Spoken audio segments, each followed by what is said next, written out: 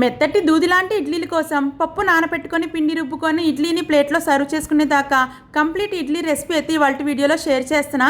చాలా మృదువుగా ఉంటాయండి. ముందుగా ఒక గ్లాసు వరకు మినపగుళ్ళు తీసేసుకొని బౌల్లోకి వేసేసి మునిగేదాకా నీళ్లు పోసేసుకొని ఒక 5-6 గంటల వరకు నానపెట్టేసి తీసుకోవాలి. పిండి రుబ్బుకునే లోపు ఇడ్లీ రవ్వ కూడా నానపెట్టుకుందాము. ఇడ్లీ రవ్వలో చాలా బ్రాండ్స్ ఉంటాయి కానీ మేము యూజ్ చేసేది ఎక్కువగా విజయ్ గోల్డ్ వారి ఇడ్లీ రవ్వేనండి.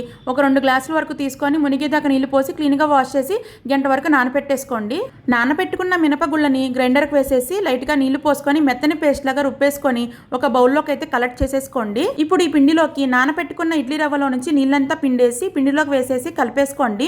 మూత పెట్టేసి ఓవర్ నైట్ వదిలేస్తే మనకి ఇడ్లీ పిండి రెడీ అయిపోతుంది. సరిపడా ఉప్పు వేసి బాగా కలిపేసుకొని ఇడ్లీ ప్లేట్లో మీకు కావాల్సిన ఇడ్లీలు వేసేసి ఇడ్లీ కుక్కర్లో పెట్టి ఉడికించుకుంటే మెత్తటి దూది లాంటి ఇడ్లీలు అయితే రెడీ అయిపోతాయి. మీకు నచ్చిన చట్నీతో సాంబార్తో సర్వ్ చేసుకోవచ్చు. విజయ్ గోల్డ్ వారి ప్రొడక్ట్స్ అన్ని రకాల గ్రోసరీ స్టోర్స్లో అవైలబుల్గా ఉంటాయి.